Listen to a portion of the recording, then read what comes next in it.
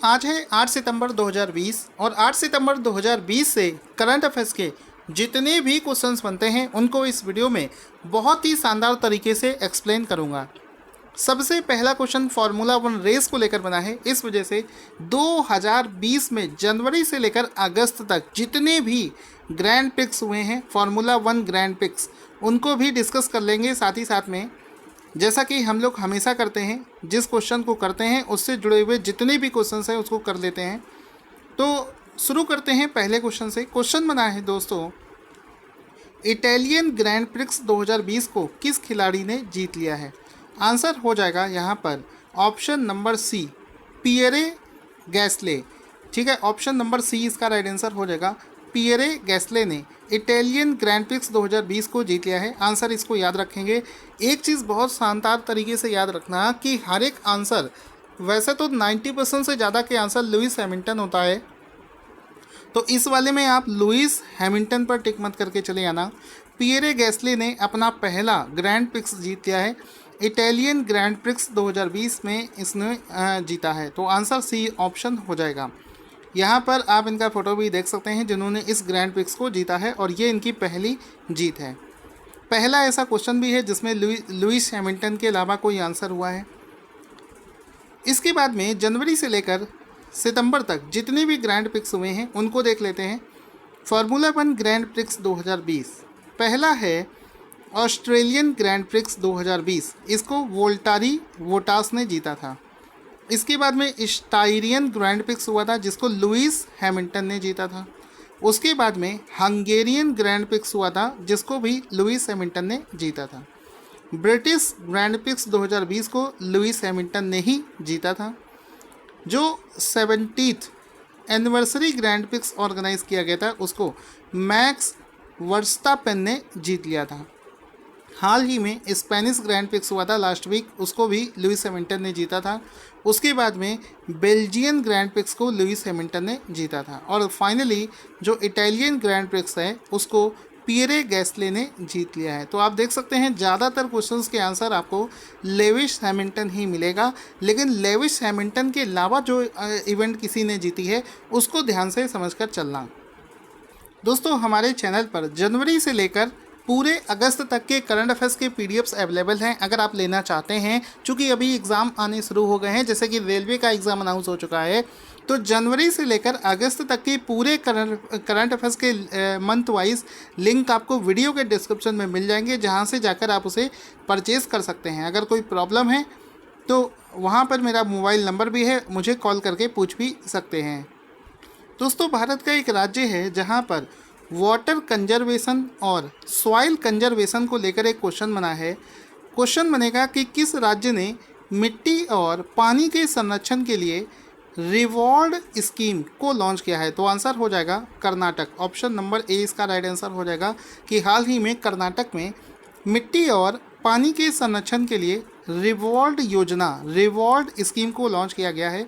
Option number A Karnataka इसका right answer हो जाएगा। इसमें आप देख सकते हैं कर्नाटक के सीएम ने इस चीज़ को अनाउंस किया है कि Karnataka passes water shade project, जिसका नाम है रिवॉर्ड, वर्थ ₹600 करोड़, 600 करोड़ रुपए का ये टोटल प्रोजेक्ट है। इसके लिए कुछ और पॉइंट्स आपको याद रखने हैं, जैसे कि आपको रिवॉर्ड से इसका फुल फॉर्म पूछा जा सकता है, तो फुल फॉर्म हो जाएगा rejuvenating water assets for agriculture resilience through innovative development. ठीक है, इसको बेसिकली यहाँ पर 20 तालुकाओं में मिट्टी और जल के संरक्षण के लिए इसमें काम करना है। 600 करोड़ का ये प्रोजेक्ट है। और आपको एक चीज़ याद रखनी है, जो लोग भी पीसीएस की तैयारी कर रहे हैं या फिर बड़े एग्ज़ाम की, कि आपसे क्वेश्चन के अंदर में भी बहुत सारे क्वेश्चन बन सकते हैं। उसमें ये जो प्रोजेक्ट है ये वर्ल्ड बैंक के द्वारा फंडेड है, जिसमें कि 70% अमाउंट वर्ल्ड बैंक देगा और बचा हुआ 30% स्टेट गवर्नमेंट के द्वारा सहन करना होगा।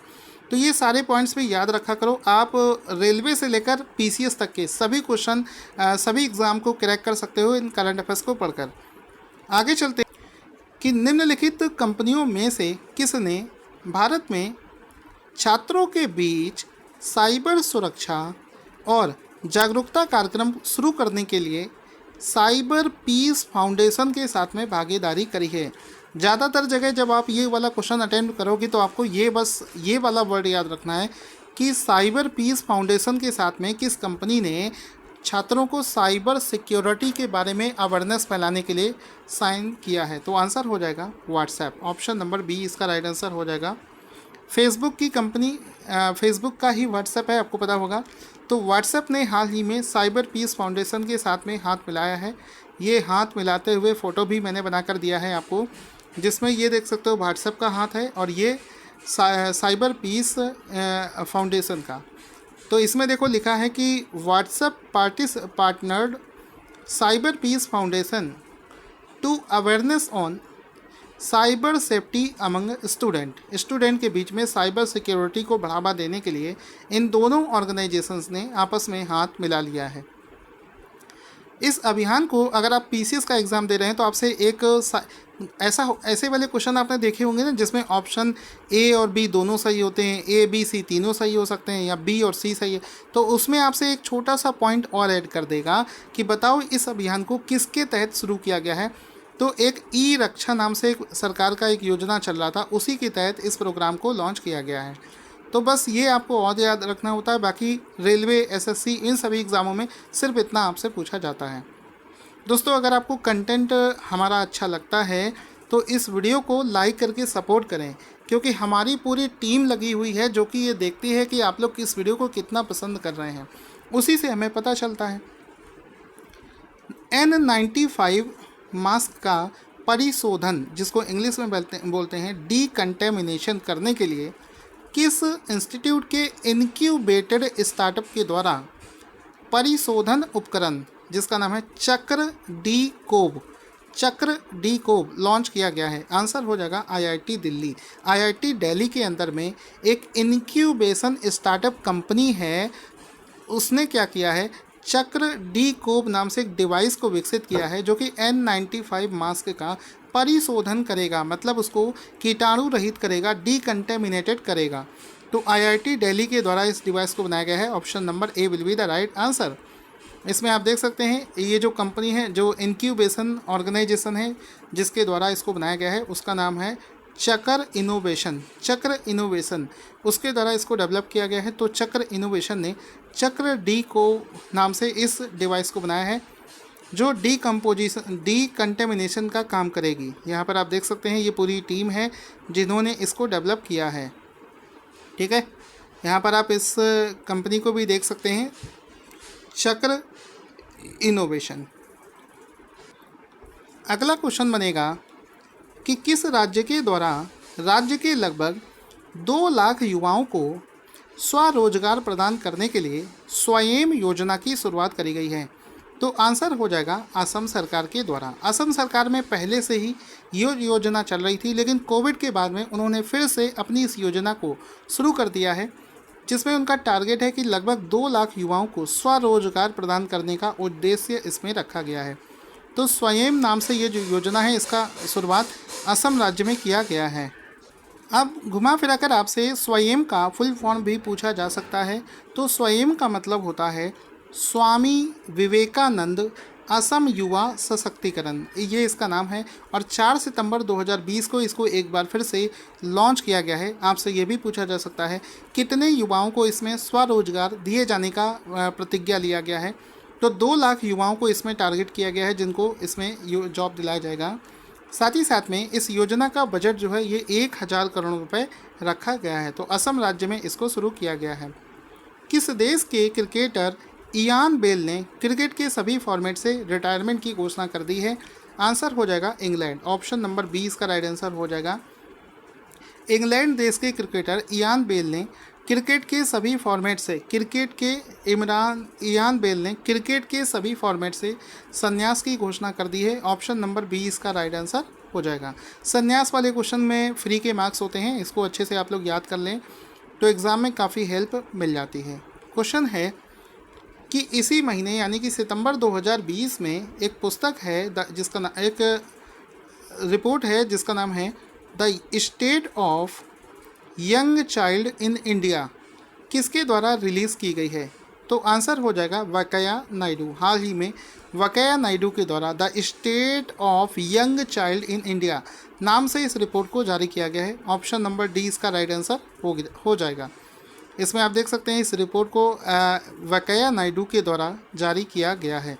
वकैया नायडू इस समय भारत में कौन सी पोजीशन पर हैं, ये चीज़ आप लोग बताएंगे। बहुत आसान है, अगर ये भी नहीं पता है तो आपको बहुत मेहनत करने की ज़रूरत है। तो यहाँ पर आप देख सकते हैं M Venkaiah Naidu released state of the young child in India नाम से इस रिपोर्ट को जारी किया है। इसके बाद में एक शानदार सा प्रश्न बना है, international day of clean air for blue sky किस दिन मनाया जाता है। तो पहली बार 7 सितंबर को international day of clean air and blue skis मनाया गया है। आपने भी देखा होगा, पहली बार आपने इसका नाम सुना होगा। क्लीन एयर यानी कि नीले नीले आसमान के लिए बिल्कुल शुद्ध हवा, जैसा सुबह उठोगे जैसा आपको मौसम दिखता है बिल्कुल वही चीज़, नीला नीला आकाश होगा और बिल्कुल शुद्ध हवा चल रही होगी। तो इसको 7 सितंबर को पहली बार मनाया गया है। चूँकि इसको पहली बार मनाया जा रहा है, इस वजह से याद रखना कि कोई भी चीज़ पहली बार होगी तो वो एग्ज़ाम के लिए मोस्ट इम्पॉर्टेंट हो जाएगी। तो 7 सितंबर को पहली बार international day of clean air for blue skies मनाया गया है। इसमें आप देख सकते हैं, चूँकि इसको पहली बार, तो फ़ोटो में भी मैंने लिख दिया है कि पहली बार मनाया गया है, सो दैट आप सचेत रहें, याद रहे कि हाँ आपको ये वाला क्वेश्चन करना है। पीछे देख रहे हैं नीला नीला आकाश है, बढ़िया सी हवा चल रही है, और क्या चाहिए लाइफ में। चलते हैं अगले क्वेश्चन की तरफ। क्वेश्चन है, भारत में ऑटोमोबाइल का एक बहुत बड़ा सोसाइटी है, एक ऑर्गेनाइजेशन है जिसका नाम है Society of Indian automobile manufacturing. आपको पता है हर एक सेक्टर का एक ऑर्गेनाइजेशन होता है, तो भारत का ऑटोमोबाइल सेक्टर में एक बहुत बड़ा ये ऑर्गेनाइजेशन है। Society of Indian automobile manufacturers का नया प्रेसिडेंट यानी कि अध्यक्ष किसे चुना गया है। तो आंसर हो जाएगा Kenichi Ayukawa. Option number A इसका राइट आंसर हो जाएगा। केनिची आयुकावा को इस सोसाइटी का सियाम का नया प्रेसिडेंट बनाया गया है। इसमें आप इनका फ़ोटो भी देख सकते हैं, बड़े शानदार सा फ़ोटो है इनका। लिखा है Society of Indian Automobiles Manufacturers appoints Kenichi Ayukawa as its president. ठीक है, इसका फ़ोटो भी देख लेंगे। अब इसमें आपको ये समझना है कि इस समय ये जो केनिची आयुकावा हैं, ये वर्तमान में क्या हैं। वर्तमान में ये मारुति सुजुकी के एमडी और सीईओ हैं। किसके? मारुति सुजुकी के एमडी एंड सीईओ हैं। वह राजन वढेरा का स्थान लेंगे, जो कि इनसे पहले इसके प्रेसिडेंट हुआ करते थे। साथ ही साथ में एक चीज़ और याद रखना कि इसी ऑर्गेनाइजेशन का सियाम का उपाध्यक्ष किसे चुना गया है। तो अशोक लीलैंड के एमडी और सीईओ विपिन सोंधी को सियाम का नया वाइस प्रेसिडेंट उपाध्यक्ष चुना गया है। सियाम के बारे में अगर जानें तो सियाम जो ऑर्गेनाइजेशन है, इसकी स्थापना जुलाई 2012 में, इसका हेडक्वार्टर न्यू दिल्ली में स्थित है। आई होप आपको वीडियो पसंद आया होगा। बहुत तेज़ी से लाइट की स्पीड से इसका रिवीजन कर लेते हैं। रिवार्ड नाम की स्कीम कर्नाटक में शुरू करी गई है। फिर उसके बाद में हमने क्वेश्चन किया है इटालियन ग्रैंड प्रिक्स किसने जीता है। तो पहली बार लेविस ने नहीं जीता है, पियरे गैट्सले ने इसको जीता है। इसके बाद में हमने क्वेश्चन किया था कि 35वां ये जो FAO का सम्मेलन हुआ है, इसको लीड किया है बांग्लादेश ने, ये हमने किया था। उसके बाद में क्वेश्चन किया है साइबर पीस फाउंडेशन के साथ में व्हाट्सएप मिलकर एक सिक्योरिटी वाला अवेयरनेस का प्रोग्राम कराएगा। N95 को डीकम्पोज करने के लिए चक्र डीकॉप को IIT दिल्ली ने लॉन्च किया था। फिर हमने क्या पढ़ा है? फिर हमने पढ़ा था कि स्वायेम नाम से योजना को असम राज्य में शुरू किया गया है। उसके बाद में हमने पढ़ा है कि इयान बेल ने संन्यास लिया है, वे इंग्लैंड देश से बिलोंग करते हैं। उसके बाद में था क्या state of the young child in India को किसने रिलीज़ किया है। तो वकैया नायडू इसका राइट आंसर हो गया था। उसके बाद में दोस्तों हमने पढ़ा है international day of clean air and blue skies को 7 सितंबर को मनाया जाता है। उसके बाद में हमने पढ़ा है Society of Indian Automobiles manufacturers, तो इसके जो अध्यक्ष हैं वो केनिची आयुकावा को बनाया गया है। उसके बाद में हम लोग आगे चलते हैं। उसके बाद में हमारा सारे क्वेश्चन हमारे कंप्लीट हो जाते हैं। जाने से पहले आपको बता दूं, कल एक क्वेश्चन था जिसको मैंने थोड़ा सा गलत पढ़ लिया था। इसमें क्या था कि ब्रेकिंग द कुकून एट 40 पुस्तक के लेखक कौन है, और गलती से कोरोना कोरोना पढ़ते पढ़ते दिमाग में कोरोना बैठ सा गया है, जैसा कि आप लोग कमेंट भी कर रहे थे। ब्रेकिंग द इसको मैंने कोरोना पढ़ लिया था, तो उसके लिए सॉरी है, ये छोटी छोटी मिस्टेक होती रहती है। तो breaking the cocoon at the 40 इसको राधा नायर ने लिखा था, ये आपको पता होना चाहिए। आज का क्वेश्चन जिसका आंसर आपको देना है कि हाल ही में दुनिया को देश को किस देश ने दुनिया की सबसे बड़ी नौसेना रखने का देश घोषित कर दिया गया है। आंसर कमेंट में बता देना, और मंथली करंट अफेयर्स को परचेज करके आग लगा दो और बिल्कुल पढ़ना शुरू कर दो।